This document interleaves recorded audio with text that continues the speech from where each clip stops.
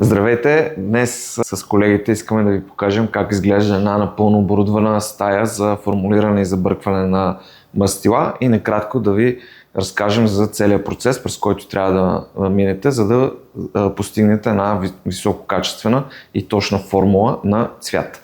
Ще започнем с софтуера на X-Rite Altura.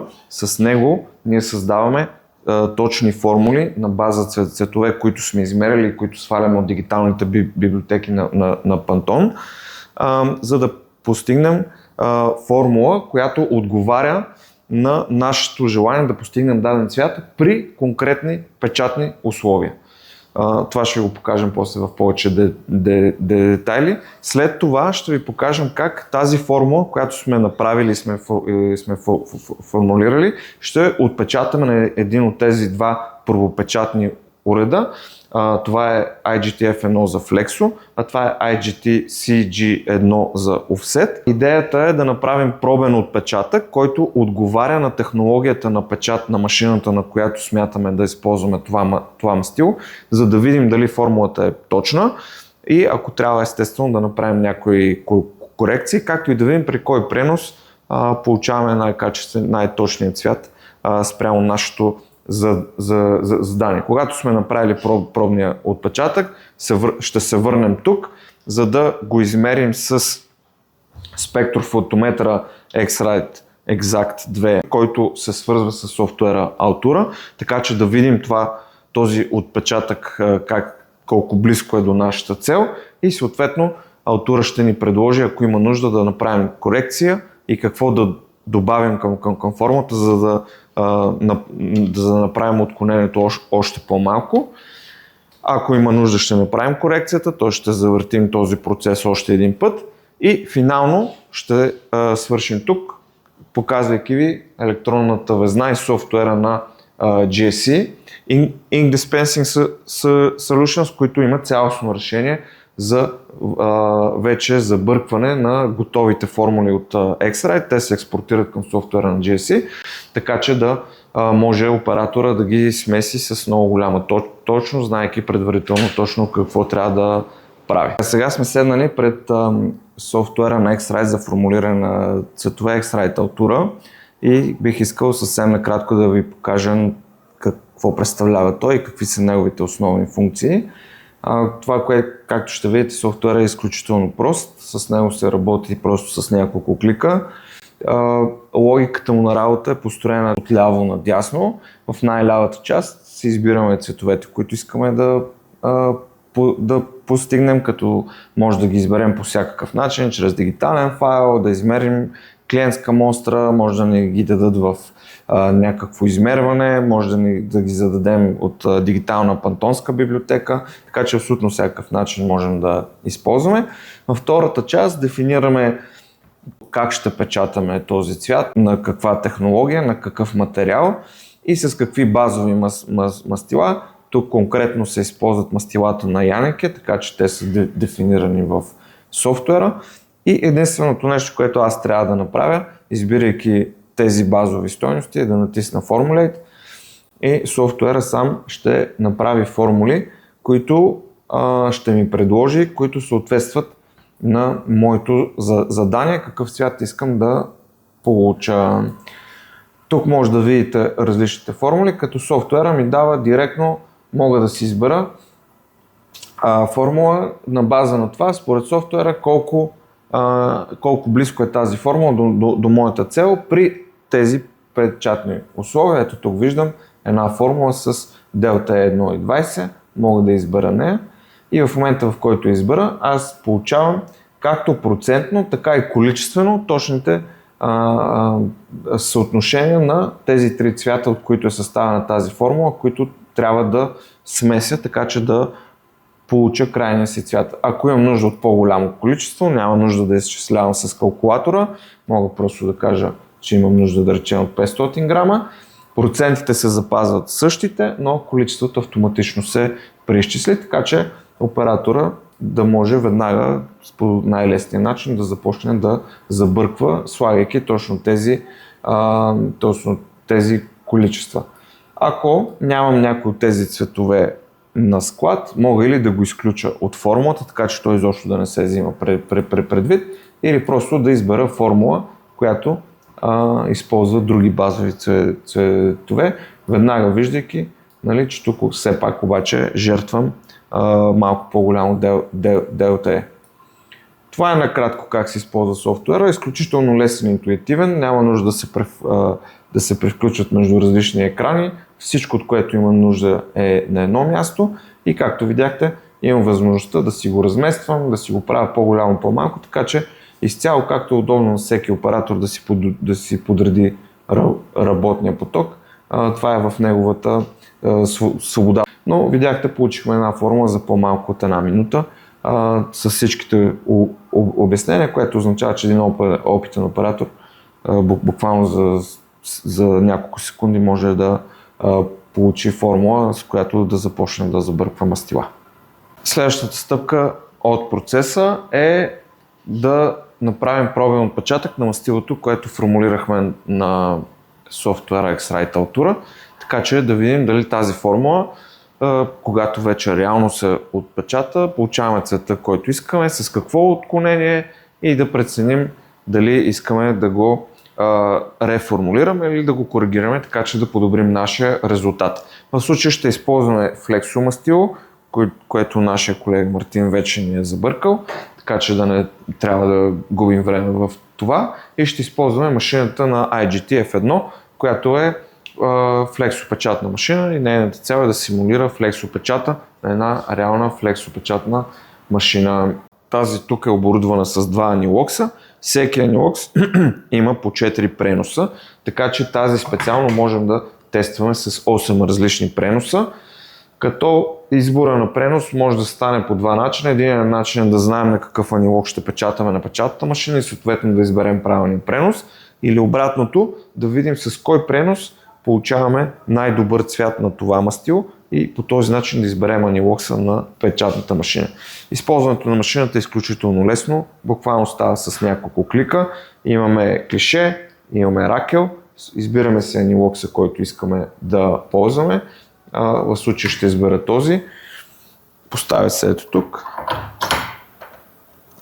Така. Тук има едно пинче, което трябва да падне на точното място в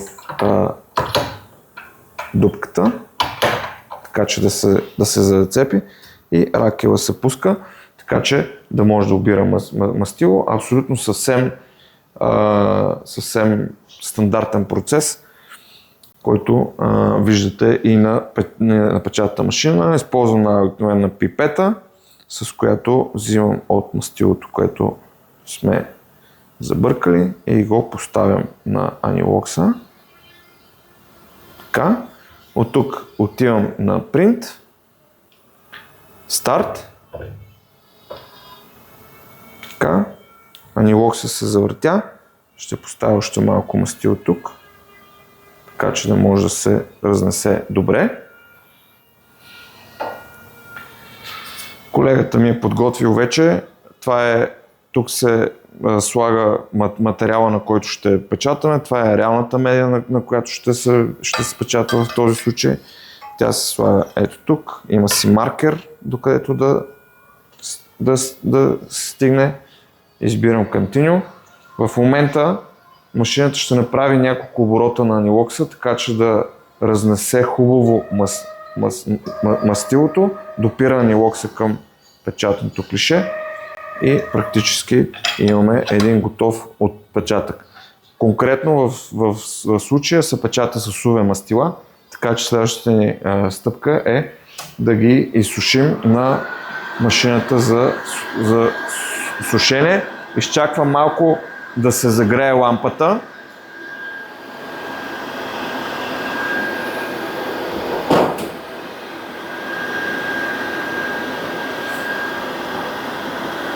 По принцип се пуска от едната страна и излиза от другата страна, но в случая, понеже колегите няма достатъчно място, се работи на този принцип и виждате съвсем колко лесно получихме отпечатък с 4 различни преноса, които сега можем да отидем и да измерим, за да видим дали цвета, който сме получили, отговаря на нашите очаквания.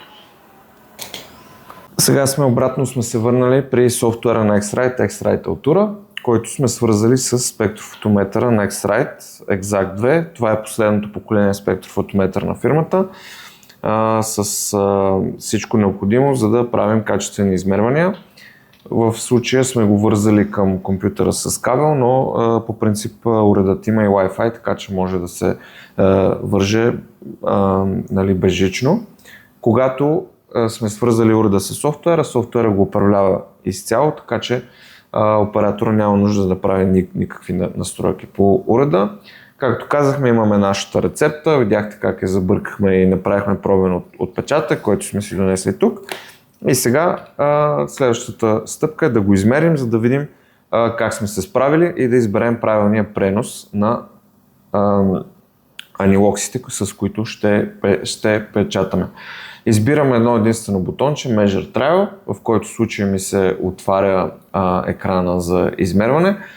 Тук специално този софтуер е настроен да осреднява измерването от две измервания, така че да се получи по-точно. Така че аз ще го направя. Измервам първи път, измервам втори път и както видяхте, той се затвори сам. Давам Save Trial, мога да му дам някакво име, да си го запазя и по този начин вече имам измерена мостра. Ако имам нужда от корекция, мога да го направя също само с клик на един бутон. Ето тук пише Correct, натискам го и софтуера буквално за секунди ми преизчислява какво да добавя от кой вид мастило, така че да постигна още по-добър резултат. Това е всичко, т.е. както виждате, нещата стават с няколко клика. Формулирам мастило, забърквам го, отпечатвам го, измервам, правя корекция и ако има нужда, този процес се повтаря няколко пъти.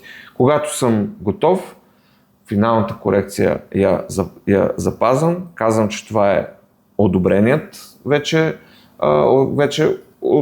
одобрената формула и си я запазвам и тя е готова да бъде изпратена дали към автоматичен диспенсър или към софтуера за управление на смесването. X-Rite Altura също има интеграция за това нещо. Едно съвсем малко просто бутонче се натиска, избира се диспенсъра, диспенс и тази формула вече е на машината за смесване. Финалната стъпка от процеса, след като имаме готова формула, която сме одобрили и ни харесва, е естествено да забъркаме мастилото. Това може да стане, както казахме, по няколко начина. Единият начин е изцяло ръчно, което е често срещано. Или другия вариант е да се използва система за формулиране или автоматичен диспенсър. В случая ще покажем софтуера на GSC Ink Manager, към който е вързана високоточна везна. Естествено има вариант да се върже автоматичен диспенсър, като може да бъде с зареждане, може да бъде с баки, може да бъде с контейнер, има много различни конфигурации. Тук специално няма такъв, така че ще работим с автоматичната везна. Формулата, която направихме в Altura, вече е изпратена тук, както показахме. Единството, което остава е ние да си я заредим. Можем да изберем номер на поръчка, така че да свържем това конкретно мастило, което ще правим и което ще използваме с нашото ERP или друга система за управление, ако имаме такава, и да кажем какво количество мастило искаме от този цвят. Изпращаме го на диспенсъра и той е готов. Сега, в случая първото нещо, което софтуера ни кара да направим, е да измерим кофичката, така че да може тя да се махне, да не се смята в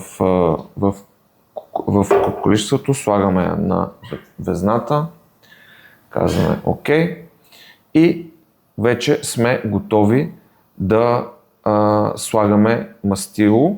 В случая просто ще използваме стандартна вода като течност, с идеята само да ви покажем как работи софтуера, за да не хаби мастило, но принцип е абсолютно еднакъв, така че започваме да сипваме.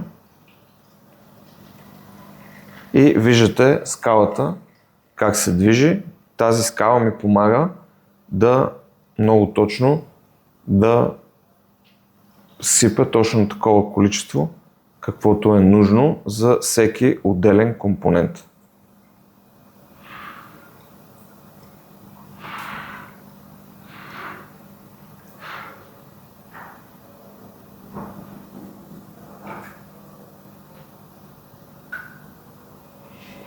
Така, да, окей.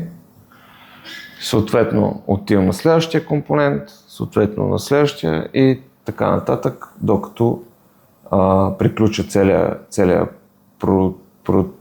процес. В случая, понеже му казах окей, то дава, нали, че има грешка или съм пропуснал нещо, или извън толеранса, така че може да видите по какъв начин този софтуер не само ви помага да забъркате, ами помага на оператора да не допусне грешка или просто да си върши работата без да се притеснява, че не е забъркал правилно с правилните количества мастила.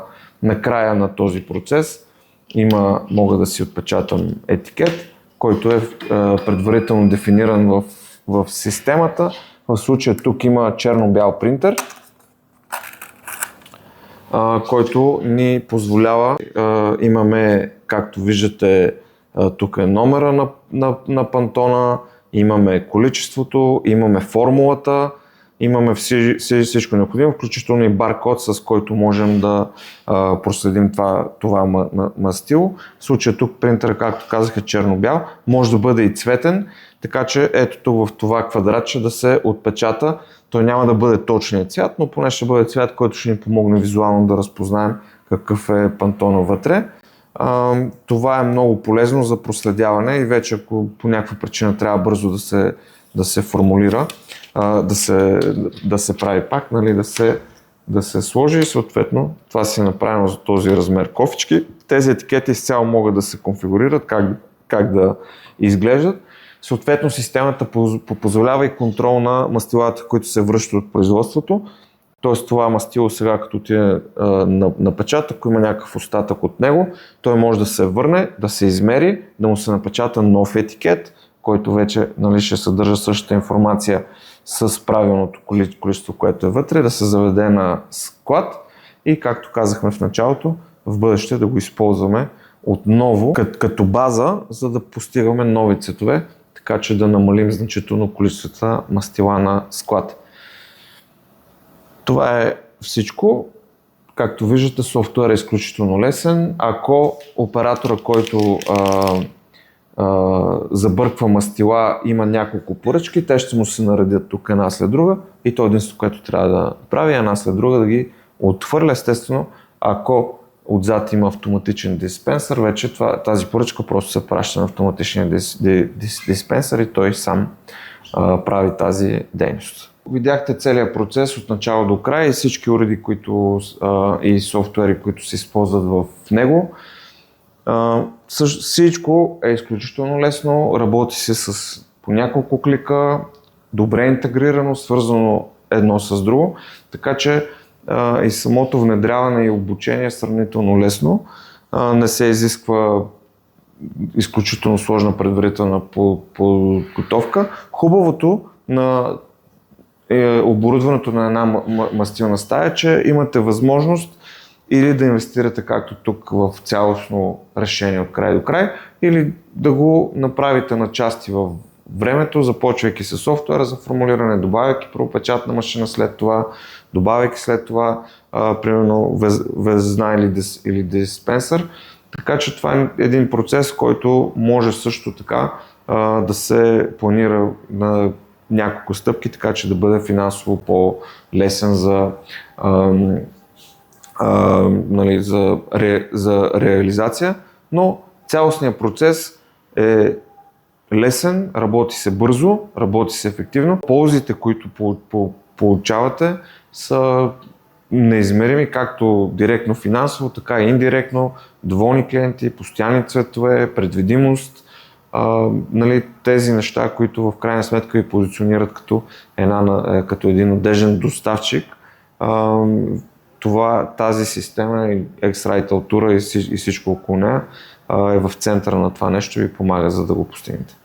Благодаря ви много, че бяхте с нас и благодаря много също и за доверието и интереса към нашите продукти и темите, които така с колегите развиваме и се ангажираме да продължаваме да създаваме интересно съдържание за вас, така че ще се радваме също и на вашата обратна връзка за теми, които ви интересуват, неща, които искате да видите.